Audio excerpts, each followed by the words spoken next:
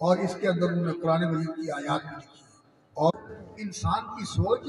کے اندر غلطی نہ ہو، صحیح سوچے، صحیح سمجھے، اور پھر بات بھی صحیح کرے جو حقیقت نفس الامری کے مطابق ہے اور شریعت کے اصول و ضوابط کے مطابق ہے، اور عمل بھی اس طرح کرے جس طرح رسول اکرم صلی اللہ علیہ وسلم کا عمل بھی وہی کے مطابق ہوتا تھا۔ ان اتبع الا ما یوحی الی، قول بھی وہی کے مطابق ہوتا تھا دین کے معاملے میں، کما ینطق عن الہویٰ۔ اور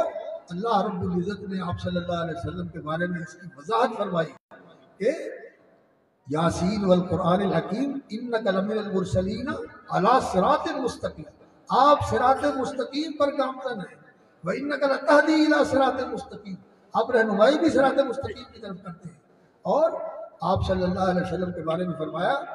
سورۃ النمل میں ہے 20ویں پارے کے شروع میں، فتوکل علی اللہ انک علی الحق المبین، اللہ پر بھروسہ رکھیں، آپ حق مبین کے اوپر گامزن ہیں، آپ کا ہر عمل، آپ کا ہر قول، آپ کا ہر زندگی کا کوئی بھی اقدام ہے وہ الحق المبین کے اوپر ہے۔ الحق قرآن مجید نے نبی صلی اللہ علیہ وسلم کی یہ تعریف فرمائی اور آپ صلی اللہ علیہ وسلم کی تصدیق فرمائی کہ آپ حق کے اوپر ہیں، اور آپ صلی اللہ علیہ وسلم انک لعلی ھدی مستقیم، آپ سیدھے راستے کے اوپر ہیں، سیدھے راستے کی طرف رہنمائی کرنے والے ہیں۔ تو آپ صلی اللہ علیہ وسلم حق کے پیروکار تھے، اور یہ حدیث جو ہے اس کے اوپر عمل کرنا یہ انسان کے لیے سلامتی کا راستہ ہے، یہ نجات کا راستہ ہے، اور دین کی پوری تفصیلی کیفیت، ساری زندگی کا نقشہ وہ حدیث کے ساتھ، قرآن اور حدیث دونوں کو ملا کر انسان کے سامنے آتا ہے۔ اس لیے قرآن اور حدیث دونوں کو امام بخاری رحمۃ اللہ علیہ نے اس میں جمع کیا ہے۔ باب کے اندر کبھی آیت کو لے آتے ہیں، یا آخری باب بھی، پہلے باب کے اندر بھی آیت کو لے کے آئے، اور باب بدل وحی سے جس آیت کے انہوں نے استدلال کیا کہ نبی صلی اللہ علیہ وسلم پر اللہ نے وحی فرمائی، وہ بھی قرآن مجید کی آیت تھی، اور یہاں میزان کا اس بات کیا تو یہ بھی قرآن مجید کی آیت لے کر آئے، اور بھی بہت سارے مقامات پر آیت لے کے آتے ہیں، خاص طور پر کتاب التوحید کے اندر تو آپ نے دیکھا ہے، پڑھا ہے کہ بہت ساری آیات جو ہیں وہ قرآن مجید کی لے کے آئے ہیں۔ تو یہ بتانے کے لیے قرآن اور حدیث دونوں ایک ہیں، دونوں وہی ہیں، اور دونوں ایک دوسرے کی تصدیق اور ایک دوسرے کی تکمیل کرتے ہیں۔ قرآن کی تکمیل حدیث سے ہوتی ہے اور حدیث کی تکمیل قرآن سے ہوتی ہے۔ قرآن اصل ہے اور حدیث اس کا بیان ہے، قرآن مبدا ہے، اساس ہے، اور حدیث اس کی تفصیل اور اس کی تشریح ہے اور اس کی تعمیل ہے، اور رسول اکرم صلی اللہ علیہ وسلم نے وحی کے اوپر عمل کیا ہے، وحی کے اوپر عمل کیا ہے۔ اور پہلے دور میں بھی ایسے لوگ موجود تھے جنہوں نے سنت کا استخفاف کیا اور سنت سے انکار کیا، اور آج تو خیر بہت زیادہ یہ رجحان پیدا ہو گیا کہ حدیث کا مذاق اڑایا جاتا ہے، اور لوگ کہتے ہیں حدیث تو تاریخ ہے اور حدیث کی کوئی حیثیت نہیں ہے۔ منکرین سنت کا ایک گروہ اپنے آپ کو قرآنی کہتا ہے، وہ حدیث کا انکار کرتے ہیں۔ تو امام بخاری رحمۃ اللہ علیہ نے یہ بتایا ہے اس کتاب کے اندر کہ صحابہ کرام کے زمانے میں، تابعین کے زمانے میں، اتباع التابعین اور تبع الاتباع کے زمانے میں قرآن اور حدیث دونوں پر عمل ہوتا تھا۔ صحابہ نے بھی اس پر عمل کیا، تابعین نے بھی اس پر عمل کیا، اور ائمہ فقہ اور ائمہ حدیث سب کا اس کے اوپر عمل کیا۔ تو امام بخاری رحمۃ اللہ علیہ نے اس کتاب کے اندر یہ ساری چیزیں جمع کی ہیں، اور اس کی ابتدا انہوں نے کی ہے وحی سے، یہ بتانے کے لیے کہ دین کی بنیاد وحی پر ہے، رسم و رواج پر نہیں، عقل پر نہیں، رائے پر نہیں، قیاس پر نہیں، دین کی بنیاد وحی کے اوپر ہے۔ وَاتَّبِعْ مَا يُوحَىٰ إِلَيْكَ مِن رَّبِّكَ، اللہ رب العزت نے فرمایا جو اللہ کی طرف سے وحی کیا جاتا ہے اسی کی پیروی کرو، اور ہمیں بھی اللہ رب العزت نے یہی کہا وَاتَّبِعُوا مَا أُنزِلَ إِلَيْكُم مِّن رَّبِّكُم، جو اللہ کی طرف سے نازل کرتا ہے اسی کی پیروی کرو۔ دین کے اندر منزل من اللہ ہونا چاہیے، وہ اللہ کی طرف سے شریعت ہونی چاہیے، یا محمد الرسول اللہ صلی اللہ علیہ وسلم نے اس کا حکم دیا، اور نبی صلی اللہ علیہ وسلم کا حکم دینا یہ اللہ رب العزت کی رہنمائی میں ہوتا ہے، بما اراک اللہ، اللہ کی اراد کے ساتھ ہوتا ہے، اللہ کی تفہیم کے ساتھ ہوتا ہے، اللہ کے ایحاء اور القاء کے ساتھ ہوتا ہے، اس لیے یہ من اللہ ہے۔ اللہ رب العزت نے فرمایا وَمَن يُطِعِ الرَّسُولَ فَقَدْ أَطَاعَ اللَّهَ، جو رسول اللہ کی اطاعت کرتا ہے وہ اللہ کی اطاعت کرتا ہے، رسول اللہ کی اطاعت اللہ کی اطاعت ہے صلی اللہ علیہ وسلم۔ تو رسول اکرم صلی اللہ علیہ وسلم کا حکم اللہ کی طرف سے ہوتا ہے، آپ کی اطاعت کرنا اللہ کی اطاعت کرنا ہے، آپ کی اتباع کرنا یہ شریعت کا اتباع ہے۔ نبی صلی اللہ علیہ وسلم نے فرمایا اللہ رب العزت نے مجھے قرآن بھی دیا ہے ومثلہ معہ، اور اس کے جیسی اس کے ساتھ سنت بھی اللہ رب العزت نے مجھے دی ہے۔ اور لوگوں سن لو، جو اللہ رب العزت نے حرام کیا ہے تو محمد رسول اللہ صلی اللہ علیہ وسلم نے بھی بعض چیزیں حرام کی ہیں، اور جو نبی صلی اللہ علیہ وسلم نے حرام کیا ہے وہ اسی طرح ہے جس طرح اللہ نے حرام کیا ہے۔ کیوں کہ وہ اللہ رب العزت کی رہنمائی میں کرتے ہیں، اور جہاں کہیں کوئی ایسی بات ہوئی جس کے اندر اصلاح کا موقع تھا تو اللہ رب العزت نے فوراً اس کی اصلاح فرما دی، اللہ رب العزت نے اس کی اصلاح فرما دی۔ اور جہاں رسول اکرم صلی اللہ علیہ وسلم کو برقرار رکھا اللہ رب العزت نے، اس کا مطلب ہے کہ وحی کے ساتھ آپ صلی اللہ علیہ وسلم کو تائید کی، آپ کی تسلیم کی گئی، اور آپ صلی اللہ علیہ وسلم کی تائید کی گئی کہ آپ نے جو کچھ کیا ہے یہ اللہ کی منشا اور مرضی کے مطابق ہے۔ تو امام بخاری رحمۃ اللہ علیہ نے اس کی ابتدا وحی سے کی، اور رسول اکرم صلی اللہ علیہ وسلم نے وحی کے ساتھ جو علم پیش کیا ہے یہ وہ علم ہے جو یقین آفرین علم ہے۔ یہ وہ علم ہے جس سے حقیقت کا علم ہوتا ہے، جو یقین پیدا کرتا ہے۔ دنیا کے اندر انسان کے حواس کے ذریعے حاصل ہونے والا علم، یا حواس کی معلومات کو ترتیب دے کے عقل کے ذریعے انسان بعض چیزیں جو جہاں تک پہنچتا ہے، اس علم کا منتہا جو ہے وہ ظن ہے۔ اللہ رب العزت نے قرآن میں فرمایا یہ تتبعون الا الظن، یہ لوگوں کی منتہا جو ہے علم کی وہ ظن ہے، اور یقین جو ہے وہ صرف العلم، اس علم کے ساتھ حاصل ہوتا ہے جو اللہ رب العزت نے قرآن مجید میں اور نبی صلی اللہ علیہ وسلم کی حدیث میں بیان ہوا ہے۔ یہ ہے العلم جسے یقین حاصل ہوتا ہے۔ اس لیے اس کے اوپر دین کی بنیاد ہے، یقین کے اوپر، ایمان کے اوپر، اور حقیقت کے اوپر۔ حق ہے، لقد جاءک الحق من ربک، اٹل اور قطعی اور یقینی چیز ہے جو کبھی بدل نہیں سکتی، کبھی غلط نہیں ہو سکتی، ہمیشہ سے برحق ہے اور ہمیشہ برحق رہے گا۔ اور باقی سائنسی معلومات ہوں یہ بھی گمان ہے، عقلی معلومات ہوں، فلسفے کے مفروضے ہوں یا منطق کے کلیے ہوں، یہ بھی سارے ظنی ہیں، اور ان کی بنیاد بھی جو ہے ظن سے آگے نہیں ہے۔ آج ایک چیز انسان سمجھتا ہے، کل جا کے وہ غلط ثابت ہوتی ہے، لیکن جو قرآن اور حدیث میں آ گیا ہے یہ ہے علم۔ اس علم کی بنیاد جو ہے وہ وحی کے اوپر ہے، اور یہ یقین آفرین علم ہے۔ اس سے انہوں نے اس کو شروع کیا، اور پھر اس کی تفصیل وقت بہت زیادہ ہو رہا ہے، اس لیے میں چاہتا تو یہ تھا کہ میں آپ کے سامنے وہ ذکر کرتا کہ امام بخاری نے کس طرح اپنے اس کتاب کے اندر پورا دین سمجھ لیا ہے۔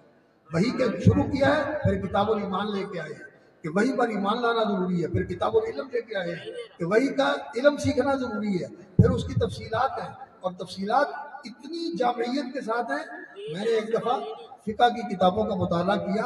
اور میں نے ان میں سے جو ان کی کتابیں تھیں فقہی اور ان کے ابواب تھے، ان سب کو تلاش کیا۔ یقین جانے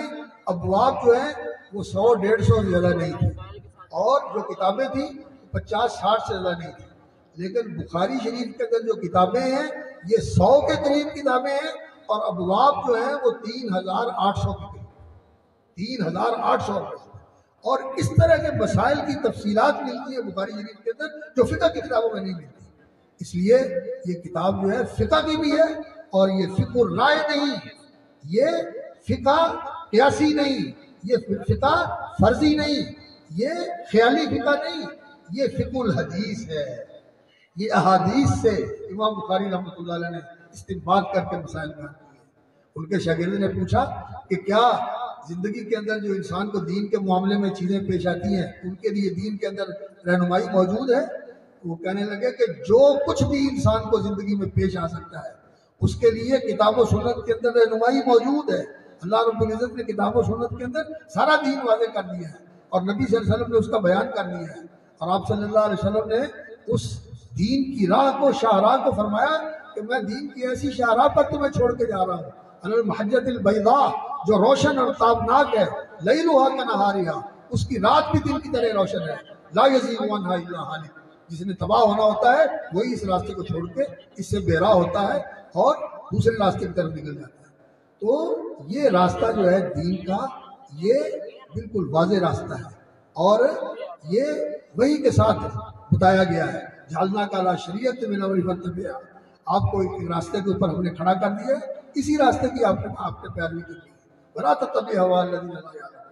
تو امام بخاری رحمۃ اللہ علیہ نے پھر یہ ساری تفصیلات بیان فرمائی بڑی تفصیل کے ساتھ، اور 100 کتابیں، 3800 کے قریب ابواب، اور آخر میں کتاب التوحید لے کے آئے، اور اس سے پہلے کتاب الاعتصام بالکتاب والسنہ لے کر آئے، یہ بتانے کے لیے کہ یہ دو چیزیں ہیں نبی صلی اللہ علیہ وسلم نے حجۃ الوداع کے موقع پر موطا میں بلاغت ہے اور مستدرک حاکم کے اندر مرفوعاً حسن سند کے ساتھ موجود ہے، ترکت فیکم امرین، میں دو چیزیں تمہارے اندر چھوڑ کے جا رہا ہوں، لن تضلوا ما تمسکتم بہما، جب تک ان دونوں کو سنبھالے رکھو گے، تھامے رکھو گے، پکڑے رکھو گے اور ان پہ قائم رہو گے، کبھی گمراہ نہیں ہوگا۔ اور وہ دو چیزیں کیا ہیں؟ کتاب اللہ و سنت نبی، کتاب اللہ و سنت رسول، اللہ کی کتاب اور رسول اکرم صلی اللہ علیہ وسلم کی سنت۔ آج کل ایک ہمارے دانشور ہیں اور بڑے ان کو لوگ پسند کرتے ہیں، وہ کہتے ہیں کہ سنت تو دین کے اندر معتبر ہے لیکن حدیث جو ہے یہ معتبر نہیں، حدیث تاریخ ہے، حدیث تاریخ ہے۔ بالکل غلط بات ہے۔ رسول اکرم صلی اللہ علیہ وسلم کی حدیث جو تھی یہ بھی وحی کے اوپر مبنی تھی، فرمان آپ کا اور عمل بھی آپ کا وحی کے اوپر تھا، اور جو نبی صلی اللہ علیہ وسلم کا عمل تھا وہی لوگوں کو آپ نے بتایا بھی، اور جو لوگوں کو بتایا وہی آپ نے کیا بھی۔ حدیث سنت ہے اور سنت حدیث ہے، دونوں میں کوئی تضاد ہے ہی نہیں، ان دونوں کے اندر تضاد پیدا کر کے لوگوں کو اس سے متنفر کرنا اور بخاری کی حدیثوں تک کے بارے میں یہ کہہ دینا کہ یہ تو افسانے ہیں، اللہ رب العزت سمجھ عطا فرمائے، یا تو ان لوگوں نے پڑھا نہیں ہے یا پھر ان لوگوں کی جو ہے نا وہ جرت یہاں تک پہنچ گئی ہے کہ یہ حقائق کا انکار کرتے ہیں اور حق کو باطل کے ساتھ، حق کے ساتھ باطل کو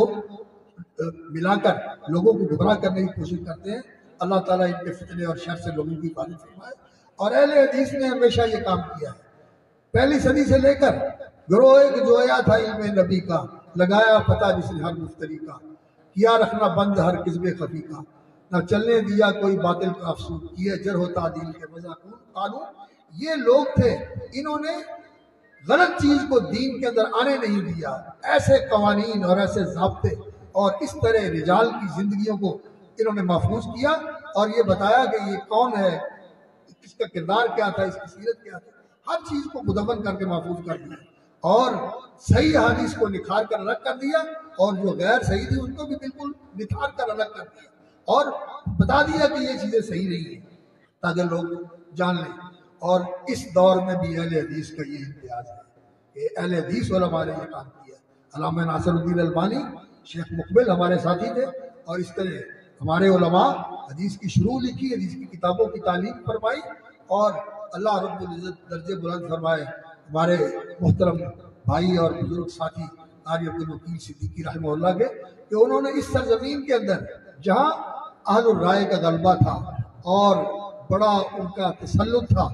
اور انہوں نے اس علاقے میں بیٹھ کر عمل بالحدیث اور توحید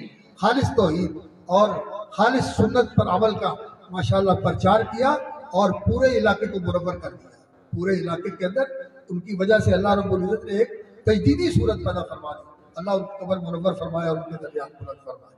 تو اہل حدیث نے ہمیشہ یہ کام کیا ہے۔ امام بخاری رحمۃ اللہ علیہ نے بھی یہی کام کیا ہے، اور امام بخاری رحمۃ اللہ علیہ نے آخر میں جو یہ باب ذکر کیا ہے، باب قول اللہ تعالیٰ، کتاب التوحید ہے، اور کتاب التوحید کے اندر امام بخاری رحمۃ اللہ علیہ نے توحید کی